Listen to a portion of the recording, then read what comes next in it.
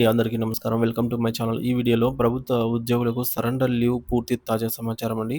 వివరాలు వీడియోలో తెలుసుకుందాం. వీడియోని ఎక్కడ గాని స్కిప్ చేయకుండా ఎండ్ వరకు చూసేయండి. అప్పుడే ఇన్ఫర్మేషన్ పూర్తిగా అర్థమవుతుంది. అలాగే వీడియో చూస్తున్న ప్రతి ఒక్కరు వీడియోకైతే లైక్ చేయండి ఫ్రెండ్స్. ఈ వీడియోని తోటి ఉద్యోగ మిత్రులతో షేర్ చేయండి. కొత్తగా మన ఛానల్‌ని చూస్తున్నవారు ఇంకా ఎవరైనా సబ్స్క్రైబ్ చేసుకోకుంటే వెంటనే మన ఛానల్‌ని సబ్స్క్రైబ్ చేసుకోండి. దీని ద్వారా నేను చేసే లేటెస్ట్ వీడియోస్ అన్నీ మీ వరకు రీచ్ అవుతాయి. ఇక ఆలస్యం చేయకుండా వివరాల్లోకైతే వెళ్ళిపోదాము. ఫ్రెండ్స్ ఇక విషయానికొచ్చినట్లయితే ప్రభుత్వ ఉద్యోగుల సరెండర్ లీవ్ అనేది ఒక ముఖ్యమైన సౌకర్యం. దీని ద్వారా ఉద్యోగులు తమ ఆర్జిత సెలవులను నగదుగా మార్చుకోవచ్చు. ఈ సౌకర్యం యొక్క వివరాలు, నిబంధనలు మరియు ప్రక్రియ గురించి మరింత విస్తృతంగా తెలుసుకుందాము. సరెండర్ లీవ్ అంటే ఏమిటి?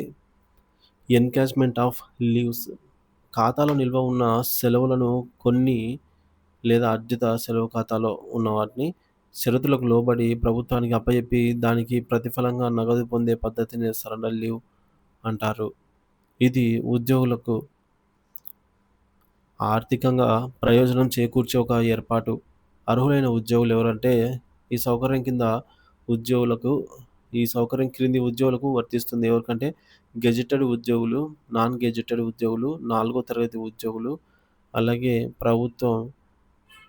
ప్రభుత్వ ఆర్థిక సహాయం పొందుతున్న జిల్లా పరిషత్, మండల్ పరిషత్, పురపాలక సంఘాలు, ప్రైవేట్ యాజమాన్యం ఆధ్వర్యంలో పనిచేస్తున్న అన్ని పాఠశాలలు మరియు కాలేజీలలో పనిచేయుచున్న ఉద్యోగులు కూడా సరెండర్ లీవ్స్ అర్హులవుతారనమాట. సరెండర్ లీవ్ గణన మరియు చెల్లింపు విధానం. సో, ఎలా లెక్కిస్తారంటే సరెండర్ లీవ్ జీతం నెలవారీ పద్ధతిపై ఇవ్వాలి. ఆ నెలలో 28 రోజులు, 29, 30, 31 రోజులతో నిమిత్తం లేకుండా నెలవారీ పద్ధతిపై నగదు చెల్లించాలి. ఈ విషయంలో నెల అనగా 30 రోజులు మాత్రమే పరిగణించబడుతుంది. సెలవుల పరిమితి. ఉద్యోగులు సంవత్సరానికి 15 రోజుల చొప్పున గానీ లేదా 2 సంవత్సరాలకు 30 రోజుల చొప్పున గానీ తమ అర్జిత సెలవులను సరెండర్ చేసి నగదు పొందవచ్చు. చెల్లించే మొత్తం.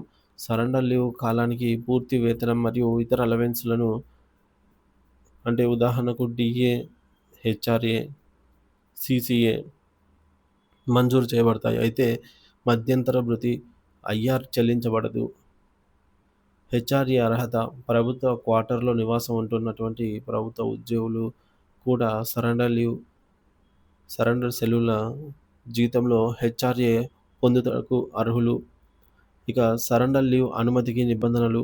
గ్యాప్ పీరియడ్ 15 రోజులు సరెండర్ లీవ్ కోసం కనీసం 12 నెలల గ్యాప్ అయితే ఉండాలి. అదే 30 రోజుల సరెండర్ లీవ్ కోసం 24 నెలల గ్యాప్ ఉండాలి. ఈ గ్యాప్ పూర్తయిన తర్వాత ఏ నెలలోనైనా సరే దీనిని అనుమతిస్తారు. ప్రత్యేక ఉత్తర్వులు అవసరం లేదు. ఈ సెలవు కోసం ప్రత్యేకంగా ఆర్డర్స్ ఇవ్వాల్సిన అవసరం లేదు. సాధారణ ప్రక్రియ ద్వారానే ఇది ఆమోదించబడుతుంది. మంజూరు చేసే అధికారి. ఉపాధ్యాయుల విషయంలో ఏ అధికారి అయితే అర్జిత సెలవు మంజూరు చేయు అధికారం కలిగి ఉంటాడో అట్టి అధికారే అర్జిత సెలవు సరెండర్ చేయుటకు అనుమతించబడతారు. సాధారణంగా ఇది డ్రాయింగ్ అండ్ డిస్బర్సింగ్ ఆఫీసర్ లేదా డిపార్ట్మెంట్ హెడ్ అవుతారు. ఇక దరఖాస్తు తేదీ నుంచి అమలు. అర్జిత సెలవు సరెండర్ చేయుటకు ఉద్యోగి దరఖాస్తు చేసిన తేదీ నుంచి మాత్రమే సరెండర్ సెలవు చేసుకొనుటకు అనుమతించాలి. అంతకు ముందు తేదీ నుంచి అనుమతించకూడదు.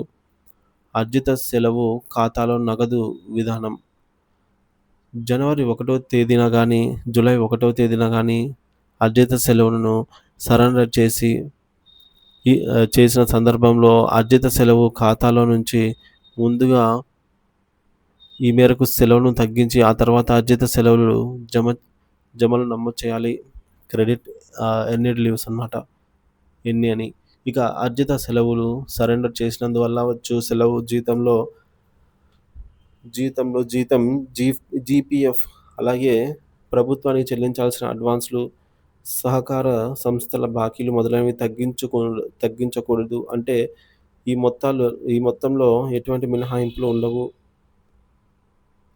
పదవీ విరమణకు సంబంధించిన నిబంధనలు.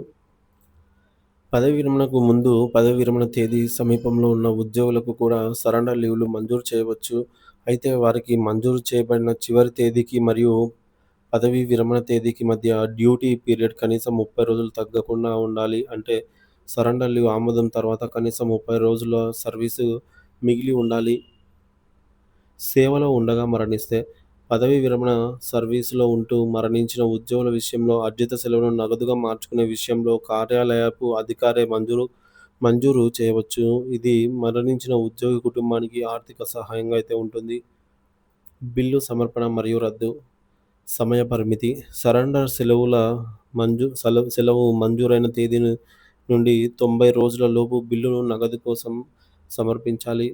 రద్దు. 90 రోజుల లోపు బిల్లు సమర్పించని యెడల సరెండర్ లీవ్ మంజూరు దానంతట అదే రద్దవుతుంది. సర్వీస్ పుస్తకంలో నమోదు.